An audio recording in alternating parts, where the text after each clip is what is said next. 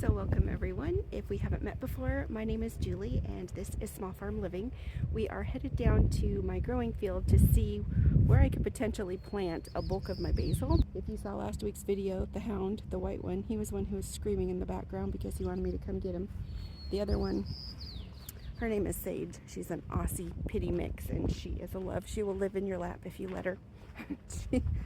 She's a character. So anyway, we're heading down here.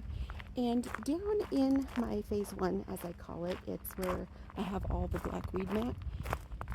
Mostly I used to grow all my flowers in here. I've kind of gotten to the point where while my daughter was going through her cancer treatments, in fact we have her last surgery coming up here in a week, thank goodness, I kind of took a little bit of a break just to focus on her and all of her treatments. And so things got a little out of control. The big flower account that I had where I made flower bouquets and sold them, I had to let that go because I just, I couldn't do it. But currently the first 3 rows are flowers. The 4th row I don't have planted yet. The 5th row has marigolds and some rudbeckia, and then the 6th row has peppers, and then the last row has tomatoes. And I don't want to put anything in with the tomatoes because they need room to spread out, and I don't want to crowd them. I do have a tiny bit of room at the end of my peppers, but I don't even know what I was thinking, but I planted Chinese lanterns down there, and if you have ever had Chinese lanterns, they're rhizomic and they spread underground and they're just popping up everywhere. So I'm working on getting the end of that row cleaned out, and that is potentially where I will put the basil. These rows, like right here where the marigolds are and stuff, I have flower support netting, and I will be putting stakes in the ground. So I'm not sure if that'll be in this video or the next one, but I have stakes, and then I have the flower netting that goes on them. So as the flowers start to grow, they grow in between these little plastic squares in the netting, and it keeps them sturdy because we get a lot of wind here and plants can get top heavy and the wind will just blow them over. So that keeps my plants supported and protected. So we're going to be doing all kinds of fun stuff this week. So hang out with me today and we'll get started. Okay, we are in the garden. It is a Sunday. It's actually Mother's Day. But I was asked what I wanted to do for Mother's Day, and I said a whole big pile of nothing. I would just rather be down in my garden and tinkering around, and my oldest 2 are 30 and 29, and my youngest is almost 16, so it's not like, So I am back down in the garden, and it is supposed to rain in about 40 minutes, so I'm trying to get just a couple of basil plants put into the garden. I am trying to get also these weeds. Let's see if I can show you what these look like here. And I'm not even sure what they're called. I will look it up and see if I can put the name of it up on the corner of the screen. I'd never had these before, and I'm kind of curious if they came in on one of the soil amendments that I purchased. I've had them for several years now, but the other possibility is we live on the upslope of a hill, and every possible weed seed that is in the valley blows up the hill and germinates here. And so that could have happened too. I'm not going to blame it on something that I brought in, but it's just really annoying. They produce masses of amounts of little tiny plants, and then they form a mat, and they just germinate everywhere. Rocks, flower beds, doesn't matter. But my basil, I'm going to be planting my basil, and I just kind of wanted to show you something. So I hardened, sorry, my big greenhouse fan just kicked on and the belt is squeaky. So I hardened off my basil, but not as many days as I normally do. Now, most of the time, it's kind of a 4 to 5 day process.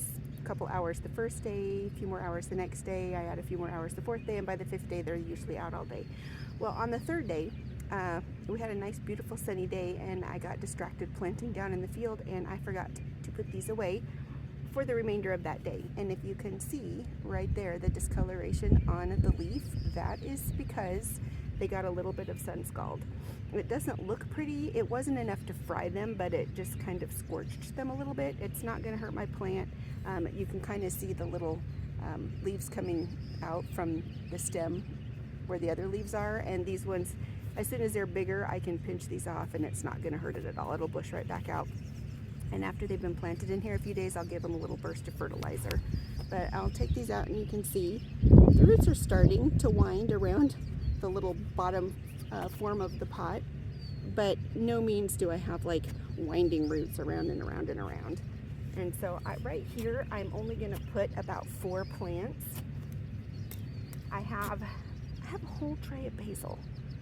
And kind of the thought process of it was, we eat a lot of pesto. We eat it on our hamburgers, we put it in our pasta, mix it with cream cheese, eat it on crackers. I mean, you name it, we love it.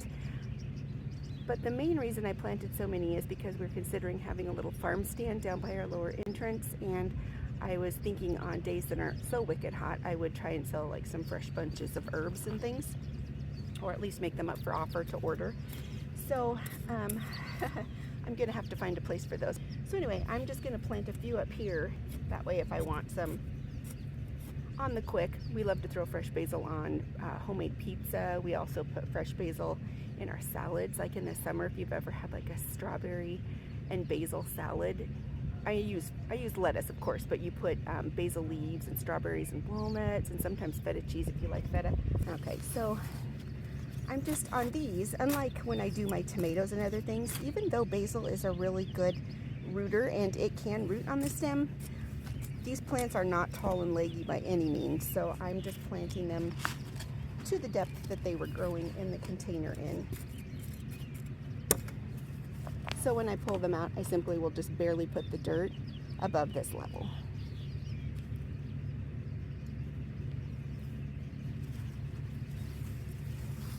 Just get it all put in there, those darn weeds that are everywhere. I think I'm gonna get my hoe and just kind of scrape the soil. I'm probably gonna have to do that all season just to keep on top of them.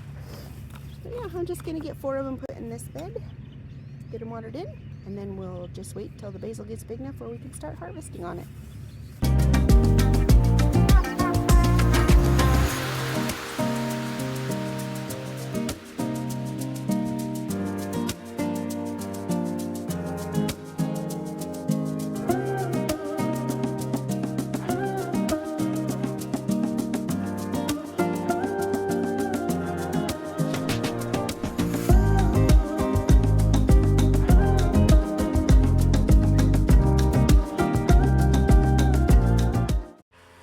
So today is the 3rd week of succession planting corn.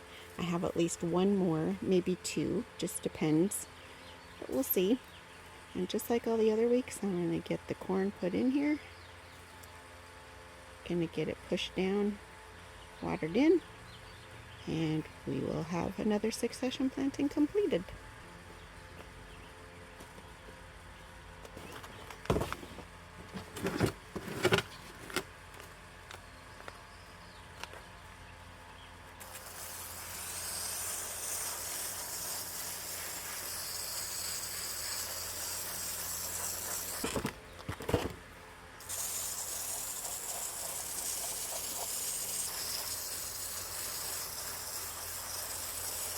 Okay, and just like that, another week of corn planted.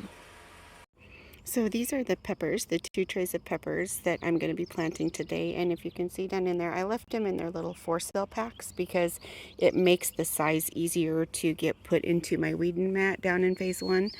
I had my tomatoes in 4-inch pots, and it wasn't too bad, but it does take a lot of extra work to get them in the ground. So I have roughly 80 pepper plants here. And the goal is to potentially open up a farm stand at the end of the season or when everything gets going. We'll see how that goes. If not, I will be sharing, and probably giving some to the food bank. And I also have my bush beans back here and a few zucchini. So that's what we're going to get started on this week. Okay, we have the Marconi peppers planted. Now we are moving on to the Anaheim. Now the Anaheims are in as well. Making progress on our row. Now the colored bell peppers are in. Row is getting longer. Now the green bell are in. And I just finished with the jalapeno. So that's 80 peppers in this row.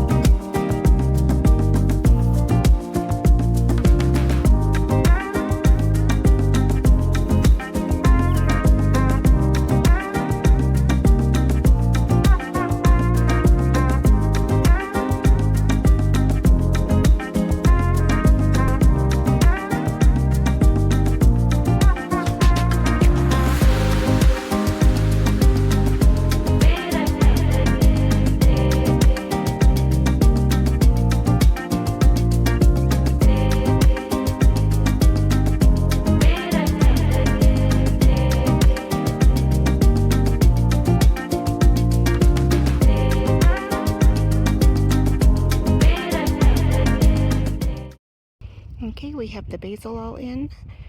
The weed mat, of course, is back down, and this row is finished out. So we will take a look at these again towards the end of this week. And then I'm going to be putting up some posts and some flower netting up in the first few beds for the flowers. Now these are my marigolds, and they have been in here for about 3 to 4 days. So now that they've been in and we've actually had rain for 2 of those days, I'm going to come through and I'm going to pinch them. These marigolds are made for cut flower bouquets, so they get really tall. And when you remove this central stem, and trust me, when I first started doing it, it was hard because you're like, oh my gosh, the plant's gonna bloom. But if you leave this on here, it's going to make for more of a spindly plant. And if I clip this off, it's going to just send side shoots out like crazy. And those side shoots are going to get really long. And those are what we really want for cut flower bouquets. So let me get you up closer and I'll show you what I'm going to do. Okay, so on this marigold, it has where the leaves come out is where it's going to send up new shoots. And I really don't want this tall legginess right here. So I'm going to come down and I'm just going to snip right above those 2 set of leaves and take that off. And now this will start bushing out. I will be sure and show you the progress of just how these bush out, and you will see later in the season how big they are and what kind of big long stems we get out of them. Okay, now if you can see all of my marigolds, I have snipped the tops. And now these will bush out, and now we're going to go up to the snapdragons. Okay, and with my snapdragons, the same principle applies. You see all the little side branches coming out there? I'm just going to take my clippers, and I'm going to come in above the 2 set of leaves, and I'm going to snip. And all of these are going to send off really long stems, perfect for bouquets.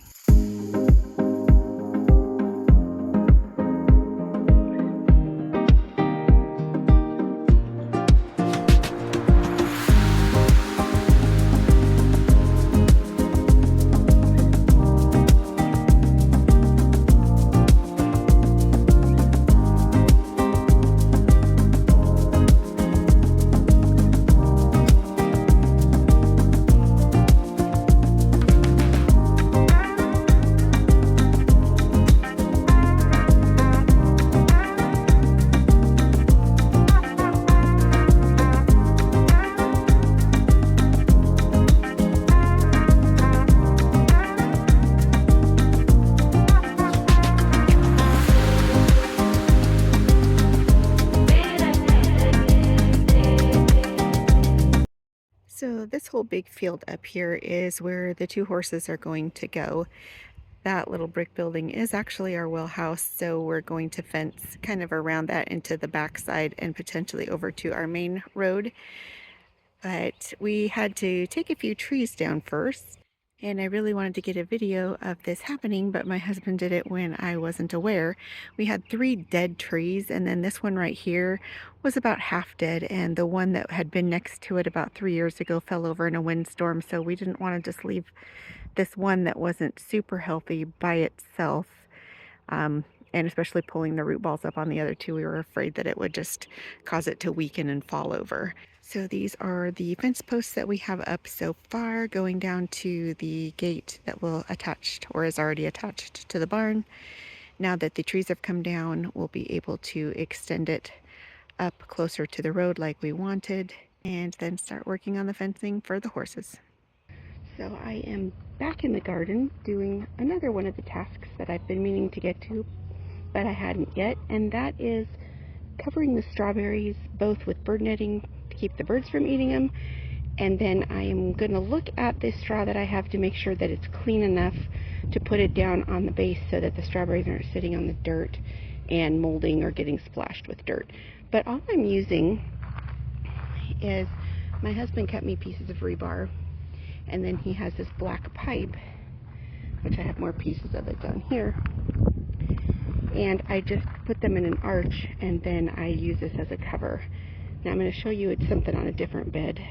Okay, so on this bed, on each side, and I have two on the ends and 1 in the middle, we just use these little clamps, and I just simply unscrew one side, put the pipe down inside there, and then tighten it back down, and that way the pipes are secure. I just haven't done it to all the beds yet. That's why I'm going to be using the rebar today. And I'm just slipping the hoops down on top of it. Now this is a temporary thing. On some of my other beds, you saw those clips that I have, they work much better. But I'm just doing this because if I don't, the birds are going to devour my strawberries. It happens every year. So I'm just going to set this up on both of the beds. I'm going to get the hoops. I only need one on each end because the bird netting is super light and it will stretch over the top and not really sag in the middle. So now we are going to go down to the shed and we are going to find my bird netting. If you didn't get to see my shed organization, this thing was chaos before I did that, and I just did a separate video on organizing my shed where my husband built me some great shelves.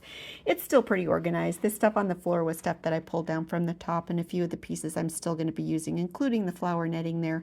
And then that box, the video I did on the funky junk planting, I just completed a video on that that is going to be uploaded here pretty soon, where I planted some of the funky containers.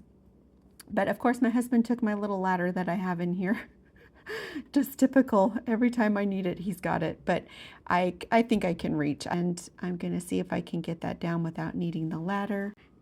And I need to grab some clips. This is just one of the shelves that we have in the shed for organization, but this whole bucket of clips is going to come with me because I'm going to need those for putting in the bird netting. So I'm just going to stretch this out over both of the beds at once just to get my length, and then I am going to trim so I have two separate pieces. I didn't have to do this, but the birds devour my berries.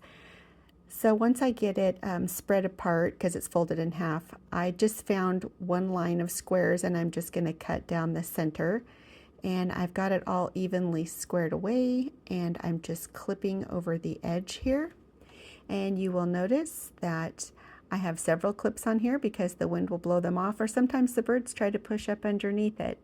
And I have to fold this section right here to make it tighter. So I'm going to fold it, re-clip it so that it's nice and snug. And can you see that strawberry in there? That's one of two. I ate the other red one and I didn't share it. Okay, I'm going to have to cut these open here. Get a new bale going. I got these from a local farmer. And last year I got some from a local farmer that said it was clean, and it was not. And actually it was 2 years ago, and it had seed heads in it, and I had wheatgrass coming up everywhere. And I did some research and learned that older equipment does not clean the seed heads as good. And so this new farmer that I got it from has newer equipment. So let's take a look at this and see. So it actually looks really good to me. I mean, there's a seed head here, but do you see it's completely empty? It's been thrashed out. So this will work just fine. Normally when I use this, it's strictly for just the chicken boxes, but I have a ton of it, so not a literal ton, but I have a bunch of it. So let's get this put on the strawberries.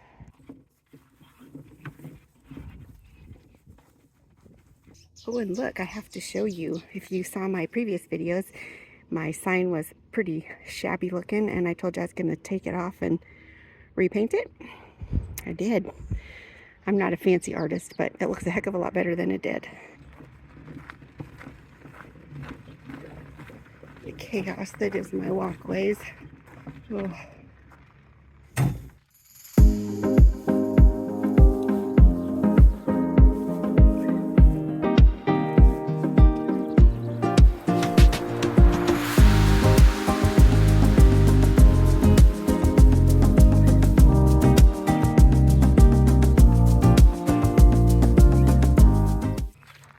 I think what I'm going to do, because as I was getting into it, I did end up finding one seed head and it was full. Gave it to the chickens, but I thought, you know what, I'm just going to do this one bed, and then this bed over here, I'm just going to leave it empty, because if I end up having to battle pulling out any kind of wheatgrass or whatever type of grass, I would rather just deal with one bed than two. So strawberries, done.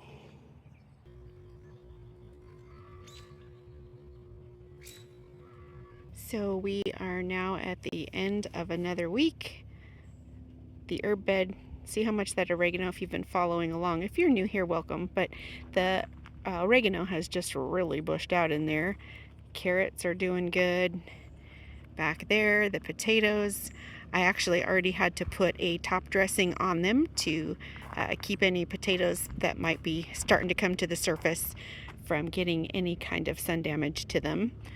The blueberries have gone from just being the little white to now green, so they're on their way to making good berries. Raspberries, I still haven't got them staked. No judgment, folks. It's just, I have so many darn things to do. I just can't seem to get it all done.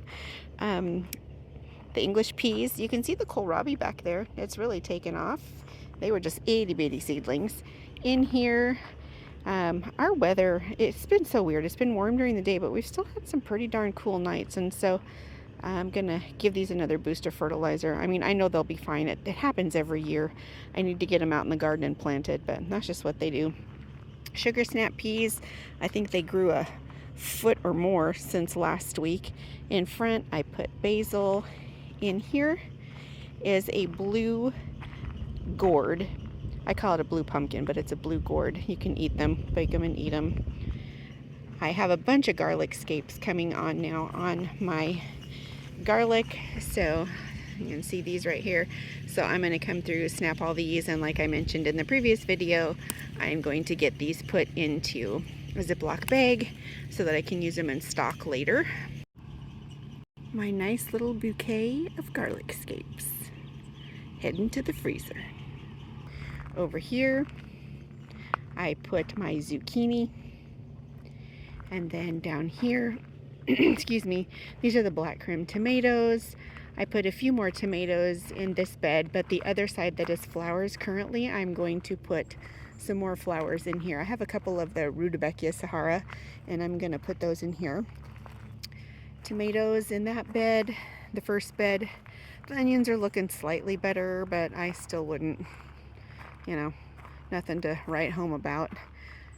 The tomatoes we put in that bed. The broccoli, you can even see it from a distance now. It's getting nice and big. The English peas again are snapping out of it, and they're starting to grow tall. Cauliflower, you can see it through my mess of netting. We just have such problems with the white cabbage moth that I cannot do it. So there's the one bed that I amended earlier in the video with the straw for the strawberries. This one I left undone so I don't have a massive weed mess. And this bed of oregano, I don't know, I might take it out. Haven't decided. The garlic, apple tree, absolutely loaded. I was thinking some of these were gonna fall off. Same with this pear tree. Check this out. Can you see all these pears? I legit, in one of the beginning videos right after they had bloomed and they were starting to form, I had mentioned that I was sure a bunch were going to fall off, because that happens a lot. They don't all get pollinated, and I only see a couple on the ground, so I'm going to definitely have to support these branches as the pears start getting bigger. So down here on the other side of my greenhouse, these are the sweet peas, and I have squirrels because our neighbors have a filbert farm, but they dig in here and I have to constantly spray squirrel spray. I don't know that it really works like they claim, but... And then there, where I cleared all of the weeds out of there, that's where my cantaloupe is going to go, and I'll probably get that planted here coming up this next week. As we're heading down to the lower field, we've got a couple of sunflowers blooming. I have an old concrete sink that I have hostas in. This used to be up next to my old shed that we converted into the chicken coop, and so I need to reposition this into a new spot, but I absolutely love it. It didn't come with those old concrete legs. I wish it did, but I still am happy I got to get that. It was free, but let me tell you, that sucker was so heavy. Black adder that I planted in here. You can see I have little heads on some of them, and I'm kind of excited to see these. It's such a dark purple. They call it black, and so I just thought that would be kind of a fun contrast in the bouquets. And then down here, I'm going to kind of give you a slant view on these rows. This is the row that we planted, the very first rows that we planted. This second row has snapdragons all in it, and if you can hear, it's starting to rain. And this row is almost all zinnias, but down at the end is celosia. This row does not have anything in it until you get to the very, very end down there. I have one plant of Dusty Miller, and then on the other side of that is the ageratum. This whole row here is my marigolds. I do have the Rudbeckia Sahara, and it's kind of a trip because if you get down low enough, you can see the view.